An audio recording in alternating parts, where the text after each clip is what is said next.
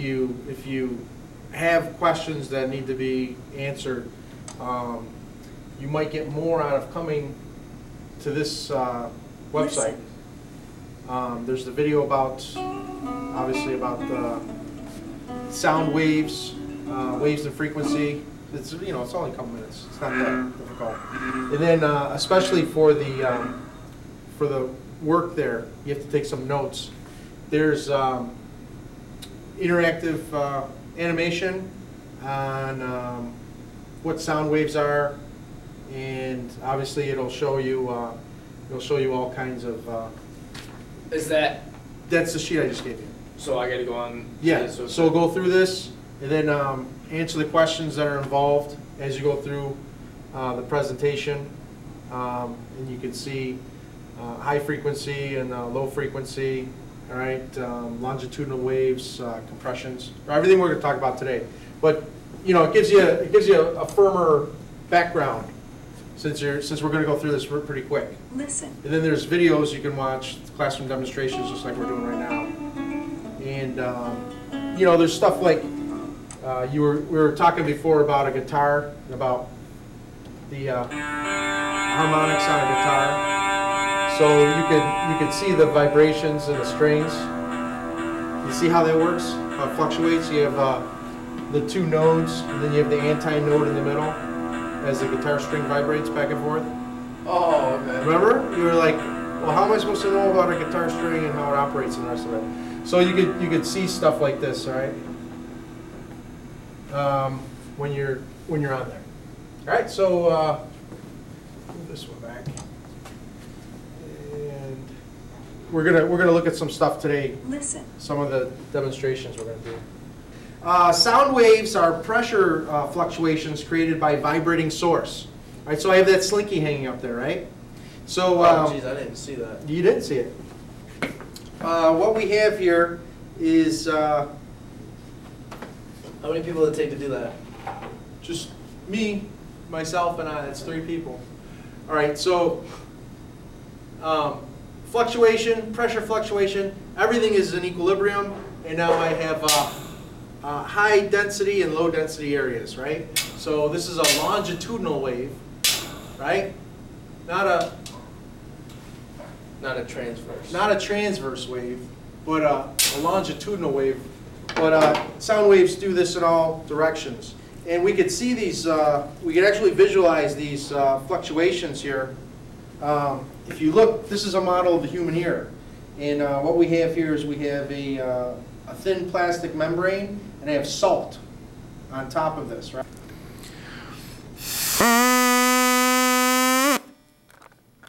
See? All right. So when we look at that slinky, we see these high pressure, high density. The slinky gets squeezed. Low pressure, low density, compressions and rarefactions. And remember, the compressions are where everything's nice and close, high density, and the rarefactions are where everything's separate.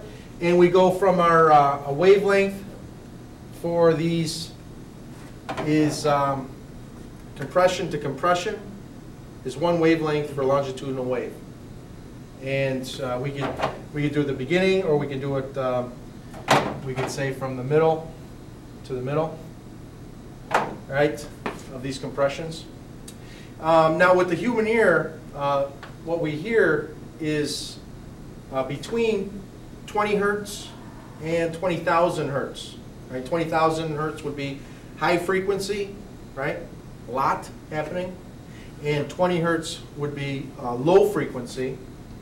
All right? We call low frequency infrasonic, and we call high frequency ultrasonic. And there's a lot. There's animals and technology that we use that takes into consideration these things. Things like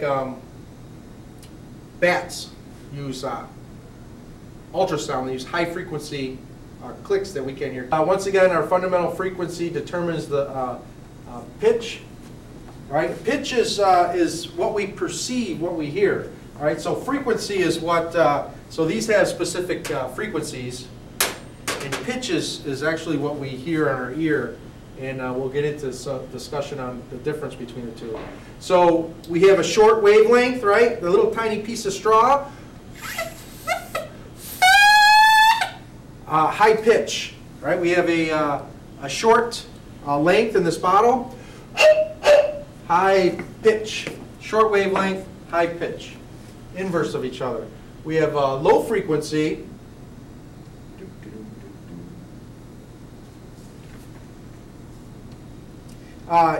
Is a low pitch, and that's a long wavelength. So this is a long wavelength. That is a low frequency. This is a long wavelength. Low frequency. Or, yeah, low frequency, low pitch. Now we're going to talk about a term called timbre. The number and intensity of an instrument's harmonics gives a unique sound quality called timbre, right? The notes of musical scale have different frequency. When we have a pitchfork, it has only the fundamental frequency. It's pure, right? When we have stringed instruments or wind instruments, we don't have a pure one pitch, right? We have a combination of overtones, and this combination gives each of these a unique sound called timbre. The Doppler effect, relative motion between wave source and observer causes a change in the observed frequency. You've heard of the Doppler effect before, right? Yeah, but I don't know what it is. All right, good. You don't know what it is. All right, so let's take a look at some examples of the Doppler effect. All right, so a police car. You ever heard that sound? You go from high frequency to low frequency. All right. Now, is the siren on the police car changing its frequency, or is the police car going past you and you are hearing things differently? When a police car is parked, does the siren sound like it's making a noise that varies? Or say a race car that comes by goes, comes by you like that. Does a race car's engine change pitch, or it's your perception, right? And if we visualize this, all right, we see these circles.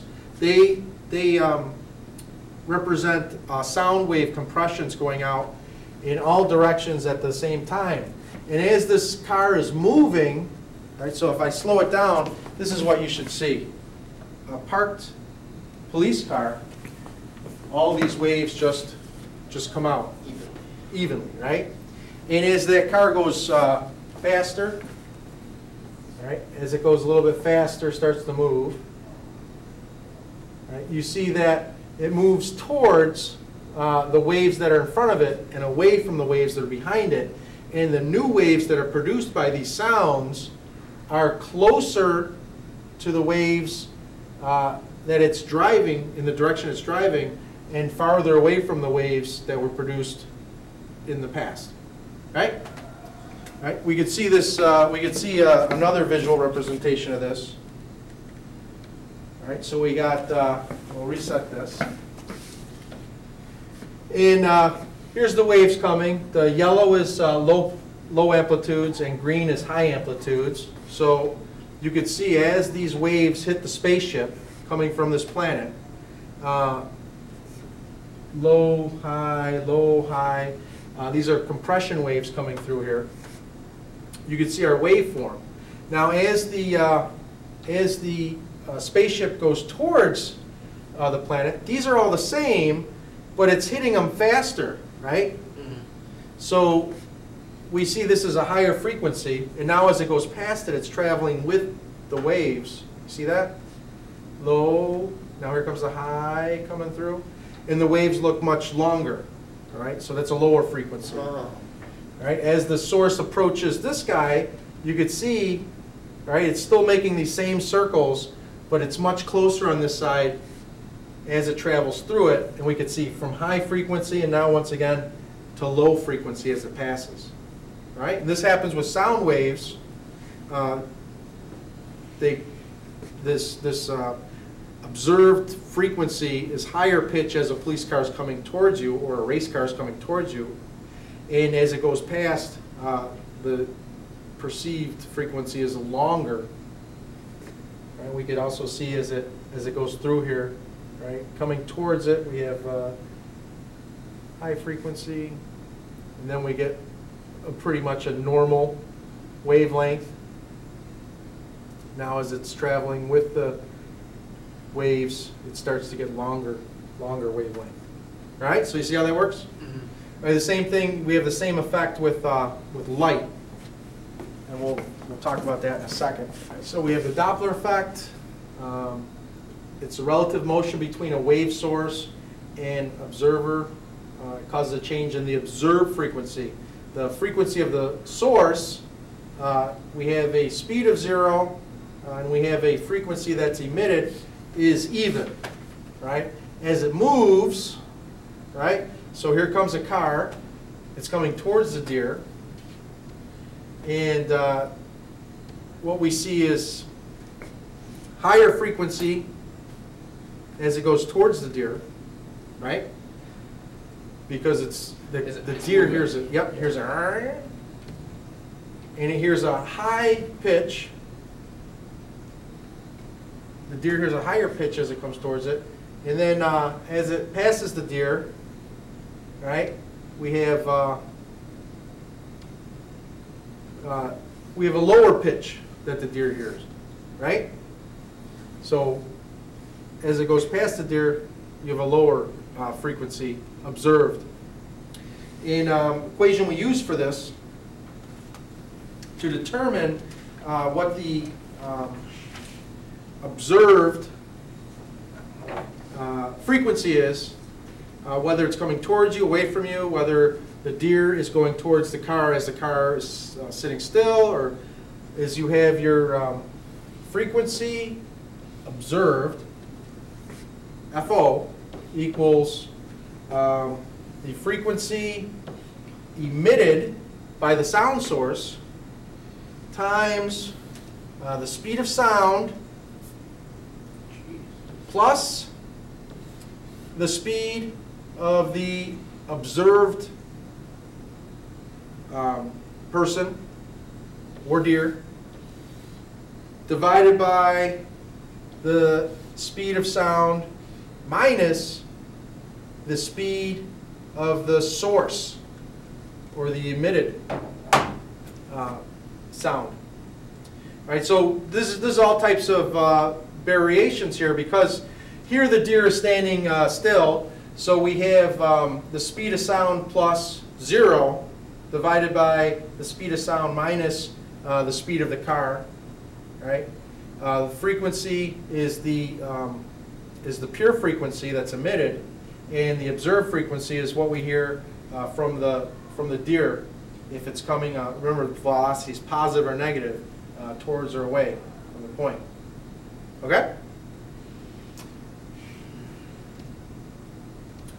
And some examples of this Doppler effect. We have race cars do that. We have radar that the police use, and radar that the weatherman uses. Dolphins, echolocation, sonar. And we have what's called redshift, which is our one of our lines of evidence for the expansion of the universe. Right? Most of the stars, most galaxies in the universe are moving away from our galaxy as it expands. Most galaxies are moving away, and if you look at their emission spectrum, you would see that even though they're primarily hydrogen-helium stars, their emission spectrum has shifted towards a longer wavelength, which means, remember, longer wavelength means moving away from us, which is red. Red has a longer wavelength than blue. Indigo or violet. Okay? So here we go. Here's a little water spider, little water strider. All right, here he is sitting still, making a little puddle of water. Bloop, bloop, bloop. Right? Yep. Now this little water strider is moving, but the speed of the water wave is still greater than the speed of the bug. We've seen this, right? We've seen this. You've never seen a little water bug in the water? Oh, yeah, I've seen Little it. water striders? And you see them going real fast. Sometimes they can go so fast they're even close to the speed of the water wave, right? And what you get is, you see this with boats too. You ever see the boats down at the lake? If they go real fast, not the speed boats, but if they go real fast, the waves in the front get really large. They just build on each other as it breaks behind it. Something like this, right? All right, so this is called the wave barrier. And if it's a supersonic jet, it's a sound barrier, right? Could be water. All right, so now we have, if the speed of the bug is faster than the speed of waves, you get what's called a bow wave, like a bow and arrow, right? And this is like an ultrasonic jet that goes faster, or supersonic, goes faster than the speed of sound. Supersonic means faster than sound, so you understand what a sonic boom is, right? Here we have a shock wave sent out by an airplane that's going faster than the speed of sound. Wait, so the plane's going faster than the speed of sound? Yes. And we have a three-dimensional bow wave going out in all directions. They actually have this, here's a supersonic jet. And there's actual bow wave of compressions that you see. Maybe you've seen one of those pictures? You see one of those pictures where if the humidity's just right, when a fighter jet breaks the sound barrier, you get this compression wave and it turns into a cloud around the supersonic jet. It's caused by high pressure air, not the roaring engines, all right? And this guy doesn't hear the sonic boom, but this guy is just reaching the waves right here. So he hears it just as the bow, right? You get the bow wave. Just as the bow reaches his ear, that's when he hears the sonic boom. And then this guy already heard it. What's that? You could be deaf from that, couldn't you? What? Oh. Huh? Whips. When you crack a whip, that little tip breaks the sound barrier, right? The Matrix, right? You see the bullets in the Matrix? Mm-hmm. They're going faster than the speed of sound.